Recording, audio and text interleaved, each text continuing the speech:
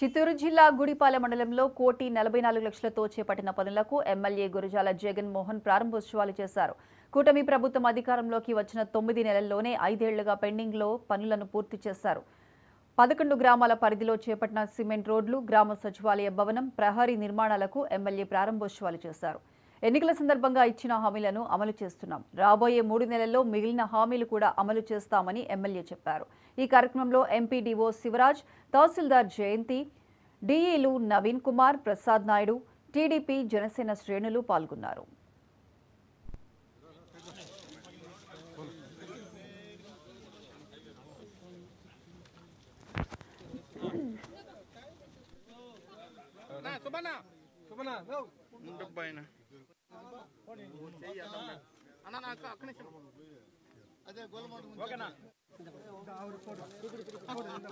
సదస్సులు పాల్గొనట్లేదా రెవెన్యూ సదస్సుల్లో? అప్పుడు అన్ని చెప్పినారా?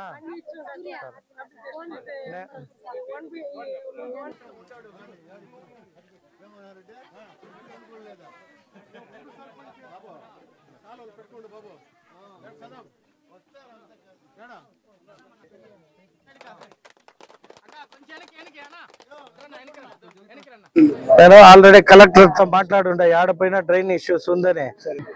అందరికీ నమస్కారం. ప్రారంభించడం జరిగింది.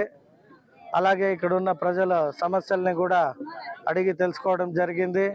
కొన్ని కాలనీలో నీటి ప్రాబ్లము, డ్రైన్స్ ప్రాబ్లంలు, అలాగే మస్కిటోస్ ఎక్కువ ఉన్నాయని చెప్పారు. వాటన్నిటిని కూడా కన్సల్ట్ వీళ్ళకి ఇంటిమేట్ చేయడం జరిగింది.